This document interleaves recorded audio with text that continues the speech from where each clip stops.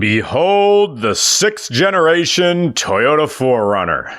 This is a quantum leap forward for Toyota's immortal 4x4 because finally, Toyota built a 4Runner that is able to accelerate as fast as a Corolla. Okay, is that fake? There better not be fake engine sounds. Don't tell me if it is. I'd rather not. No, I kind of like how it sounds. It might be though. Okay, it got up to speed. It's not. You can't see anything. There better not be anybody there because I'm coming in. Wow, it's like a 4Runner is a normal car now. When you need to merge, you put your foot down and my Zeus, it goes faster. You think I'm clowning right now? Well, if I was, I'd drop my pants and you could look at my revolting 11/16 circumcision. I tracked down my doctor and he said it's called the Lenny Kravitz, but nowadays people call it the Eric Andre. All 4Runners were slow. The only one that broke the mold was the 4th gen with the optional 4.7 liter 2UZ V8 making 235 horsepower and 320 pound-feet of torque. Oh, and if someone has one of those out there, get in my DMs. I never drove one, and I want to. Toyota dealerships are the no low ballers, I know what I have, even now in August 2025. Car sales are down, but dealerships just don't want to budge on the prices. It feels like the only way to get a new Toyota is to accept whatever terms the salesperson at Jarl Toyota gives you, or you have to go to war with them, grinding levels of knowledge before you can even inquire about a unit number or inventory number on their lot. Or you can let CarEdge's AI negotiator do the dirty work for you, for less than a tank of gas. Here's how it works. You pick the car you want. CarEdge creates an anonymous email and a phone number for you. Then it contacts dealers on your behalf and negotiates the price. Yep, no awkward phone calls, no spam, no slimy back and forth, none of the, let me talk to my manager nonsense. No, the AI handles all of that for you. You only have to step in once the deal hits the target price. Whether you're purchasing a 4Runner or any other car, new or used, CarEdge can help you negotiate the best deal without the usual hassle. Try it now at caredge.com/regularcars and thank me later. That's caredge.com/regularcars. Thank you, CarEdge, for sponsoring this video. And as always, my opinions are my own. Ah. Wait, no, that isn't That's turn that up and window. down. That's your lock unlock, right? It does both. Do I need the key? All right, I unlocked it. Press and hold. There it goes.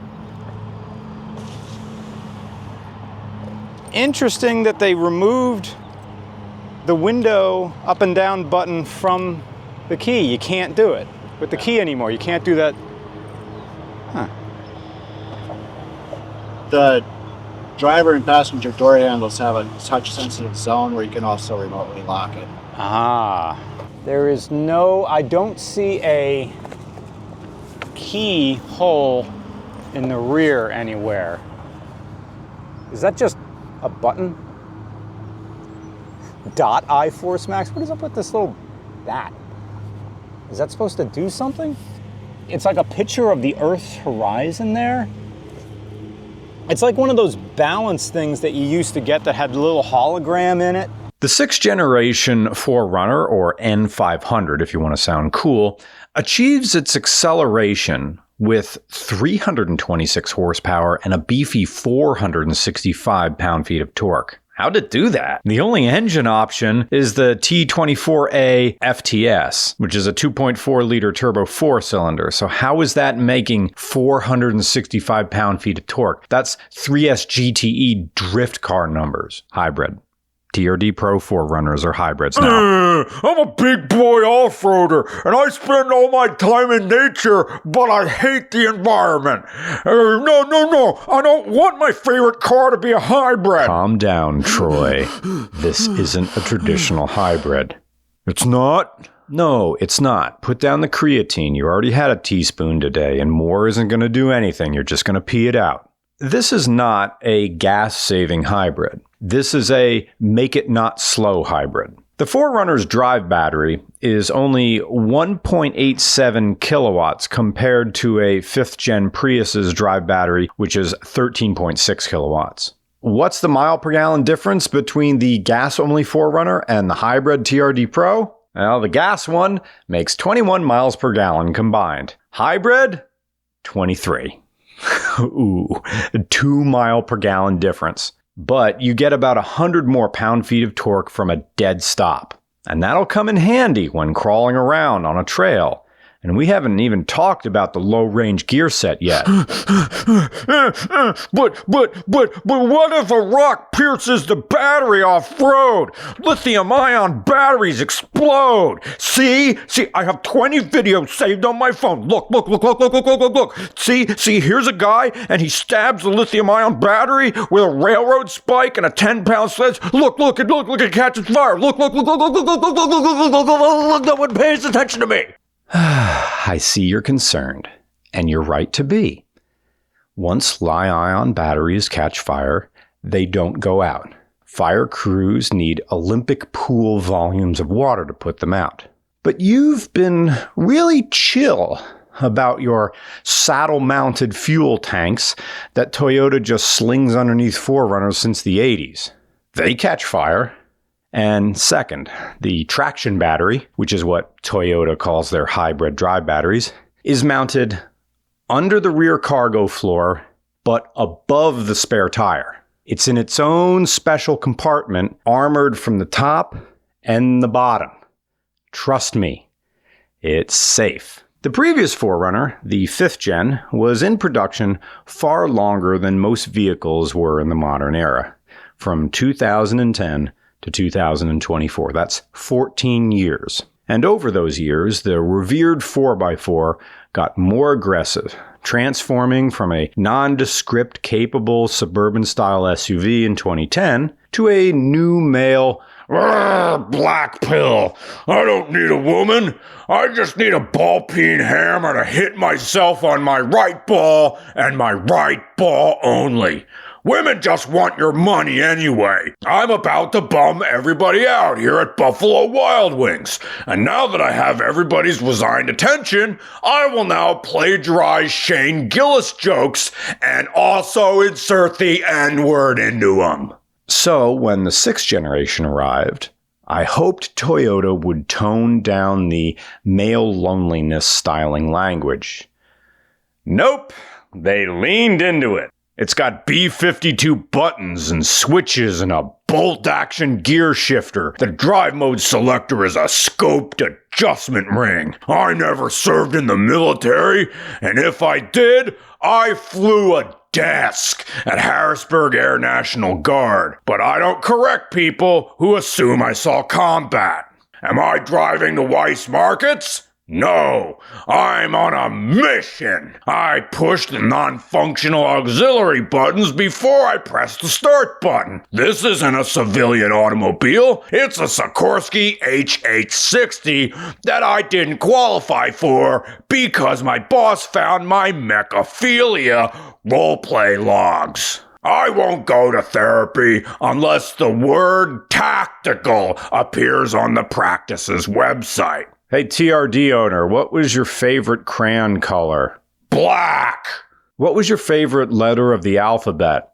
X. What was your favorite brand of chocolate milk? The one with the gun on the carton. What was your favorite Skittles flavor? Arlie Ermy. What was your favorite Gatorade flavor? Stolen Valor. What's your favorite flavored condom? Norman Schwarzkopf. The door pockets are cargo nets. The speaker covers are cargo nets. It's got tactical cup holders. IForce Max Tactical Adaptive Cruise Mode Convoy Jelking. Oh, you can turn the daytime running lights off? That's nice. IForce Max, Max Bench, Max Testosterone, Max Hard Nipples, perky and deadly, poking like 22 long rifles through a black polo shirt that I bought at dicks! Grip my dick like this. Also, my cock is a handle. Lead me Into the night market and call me a naughty MiG-21 and ground me, ooh. Tactical parking! Ugh.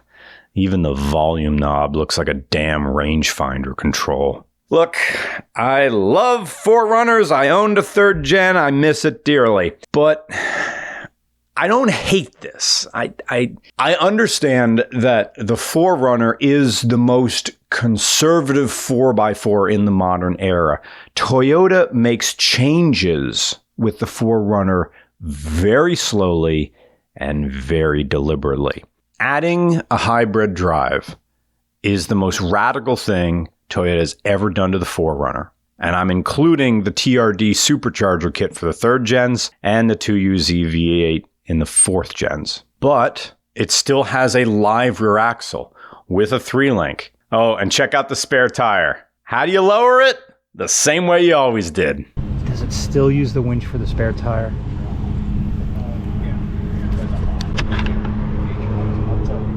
Yeah, I think that's it.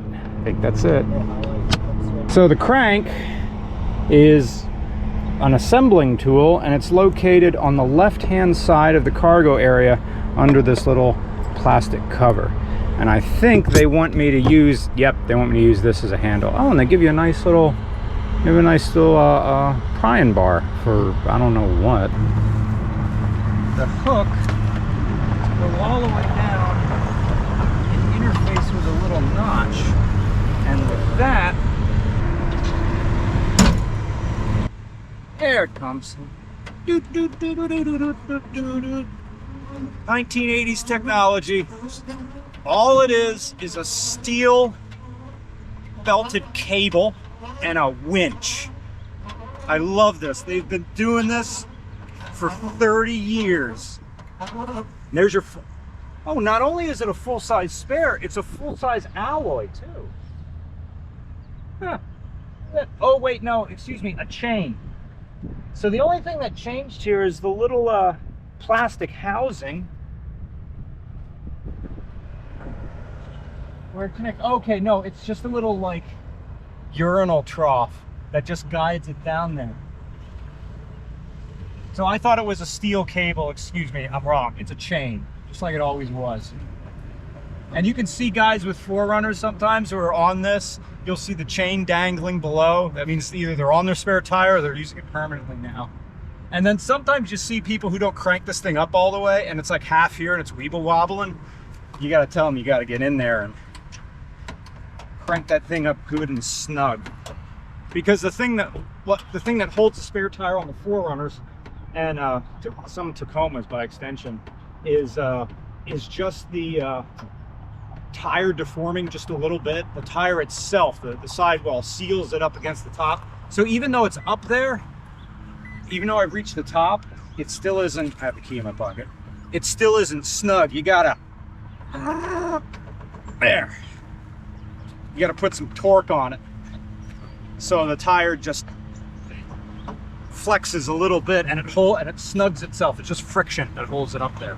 But you know, it works, and it's been working for 30 years. Simple technology.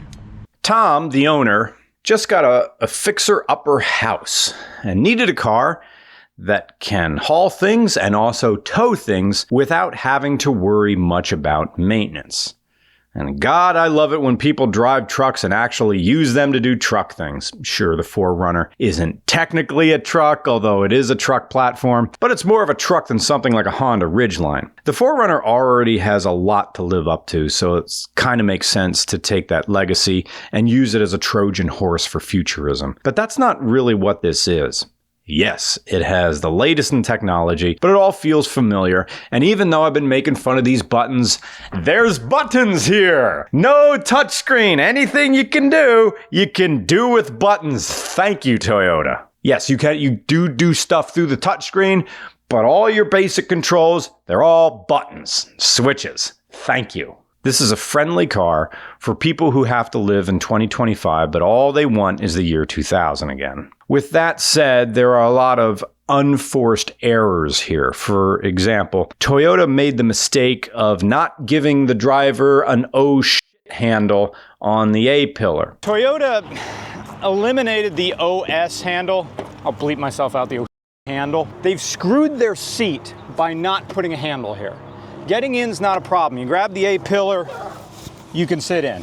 La la la, drive, drive, drive. I'm driving a Toyota, I'm the greatest guy in the world. So I close the door, I open the door, and what most people are gonna do without having a handle here is they're gonna do this. They're gonna grab the wheel, they're gonna wrench the wheel, and they're gonna go wee, and they're gonna drag their fat asses across this bolstering and ruin it. What they really should be doing, I mean, if you had that handle, people would then lift themselves out. So the only way I feel that you can protect your precious 4Runner is once you're done, once you open the door, grab the A-pillar like this with one hand, and then double hand it. Sometimes in cars, you see me getting out of an RCR, I double hand, I double palm the A-pillar, and then lift myself out like this. Thank God they have running boards and you'll be able to do that. Someone's car alarm is going off. Anyway, but the passenger, on the passenger side, we'll go over there.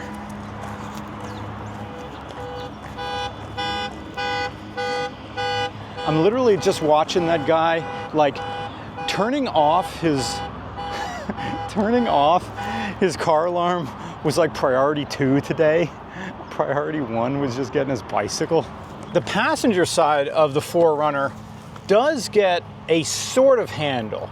It's like a grip here on the other side. I'll take the camera, point it around here. That's what you get. It's not a full handle. It's just an indentation here, which is super weird. I think what they're going for is that the passenger first has to know that it's there. Because otherwise, they're probably gonna go like that, which is honestly fine. But then for the passenger to get out, this isn't really a lift yourself up. This is more like a kid on a tube slide where you grab the top of the tube and, you know, just launch yourself down like that. I think that's what's gonna happen with this kind of grab divot. Passengers are gonna get it, are gonna grab the A-pillar divot and still drag their Olive Garden ass across this bolster and wreck it. I'm also not sure this needs to cost over $60,000 MSRP when you include the TRD off-road premium package that this has. And for what? So my speaker, my center speaker on the dash, my JBL center speaker on the dash can pop out and make Dexy's Midnight Runners everybody's problem? And speaking of unforced errors, fake engine sounds. Look, the window sticker doesn't say anything about engine noise. Owners online have been able to verify that this does have engine sound enforcement, which can be bypassed with OBD2 software. Apparently, it's a sort of active acoustic system where there's a transducer on the intake manifold that pipes the enhanced engine sounds through the audio system. So it's not really a fake snarl, but something that's enhancing whatever noise the engine is already making. So it's better than the Volkswagen Sound Atger, which takes Godzilla dropping hot coffee in his lap and feeds that through a real player in 2001. But even though Toyota has done this before and continues to make fake engine sounds with the Tacoma, I expected better. Because the 4Runner is just supposed to be simple. Because Toyota is a company that should be above catering to people who measure from the taint. Who does fake engine sounds help other than someone who's so scared of the future they need an emotional GPS to remind them where they are in linear time? I guess I'm just disappointed. Look, like a dad whose kid plays hooky all the time. You watch him get on the school bus, and you know you're going to get that call sometime in early afternoon that says, hey, Jackson didn't show up for any of his classes today. And you think, he made all that progress with the child psychologist on Friday, and here we are on Monday, and he's nowhere to be found. I just hoped that maybe this day would be different, but no, he's still the same pain in the dick kid that I was at his age. And yeah, I turned out all right, but society wasn't actively working against me, this fictional dad me, in the way it is for my fictional son. Not with all the invasive technology and hostility towards individuality. You don't want your kids to be like you want them to be better. I don't want this to be like the 3rd gen. I wanted it to be an evolution that surpassed it. And instead, I got a turbo with a megaphone. Yes, I know, Toyota knows turbos. They've been doing it since the 80s. They figured this out. All I wanted was a logical continuation of the story. I didn't want a name that just shouts at me, IForce Max! I get more pussy than Meow Mix! Throw me in the oven and spread my ashes at Toyota-thon! I don't know if this will be successful. But again, Toyota's doing something that they don't really do in the modern era. Make daring moves. Toyota 4Runner IForce Max, sponsored by male loneliness. Male loneliness is a weird one, because on one hand, there are plenty of decent dudes out there who keep to themselves, but quietly yearn for human contact. And maybe they drive a car that expresses that yearning. I have a 4Runner. Please ask me to help you move. Let's go camping. You need to go to Ace Hardware? You need to go grocery shopping? I have so much car. I can tow so much. Please let me help you. Maybe we can hug later. But if there is a male loneliness problem, like the terminally online think pieces say there is, then I have to think it's mostly caused by the entitled. The people who make their insecurity a public issue. They drive something big and stupid because they rather let testosterone dictate personality than accentuate it. They never have conversations without ulterior motives. They hog workout equipment. They work off the rack. When you pick up the dumbbells, with whatever you're gonna do, but be honest, it's bicep curls. When you pick up the weights, you do a step 1, step 2, and you step away from the rack, even if there's no one there. I'm getting off topic. They collect restraining orders like Pokemon cards, thinking it's because of how they look rather than how they act. They have rough edges, but not the kind of roughness that protects. It's the kind that threatens, the kind that unsettles, the kind that tells the world, I am owed. A hybrid 4Runner feels like an attempt to soften that hyper-masculine aesthetic. Let's add more curves and comfort to this gigantic SUV that hauls stuff and looks like it doesn't break for squirrels. Let's make it friendly, even if it isn't friend-shaped. Let's build something that says, get over yourself and get out of your own way. Drive something that invites accompaniment. And the end result is the sort of car you drive when you want to shop at REI, but you're afraid people are going to think you know what the Stonewall riots were about. I don't think I would have made the 4Runner in this way. Feels like a 4Runner. It also feels like a 4Runner designed by social consciousness rather than designed by a committee of thoughtful engineers. I see what Toyota's going for. Present something that the masses can accept, even the most stubborn internal combustion purists. The size alone feels like something tailored to the American heartland, where the lack of charging infrastructure makes full EVs implausible. But there isn't a lot about this car that makes it feel necessary. It's good, but I can't shake the feeling that there's a better version of this 4Runner that Toyota is another generation away from making. It's almost there. It's faster than the 4Runner has ever been. Thank you. It's roomy, it's comfortable, but it also feels disingenuous in the way 4Runners never were. Less rugged, less mainstream, more show-offy, as if it's trying to replace a minivan rather than supplement an active lifestyle. It's vibes, right? I'm talking about how this car feels instead of keeping things limited to how it is. It's a fantastic 4x4. You should still buy one. But for as far as this car goes in living up to the legacy of the 4Runner as one of the most versatile SUVs Toyota has ever made, it falls short of reinventing or surpassing it. Maybe that was never the goal, but if it wasn't, I think it should have been. Thanks for watching the video, and thanks again to CarEdge for sponsoring this. If you're in the market for a new 4Runner or any other Toyota or any vehicle, head to caredge.com/regularcars and let their AI negotiator handle the hard part.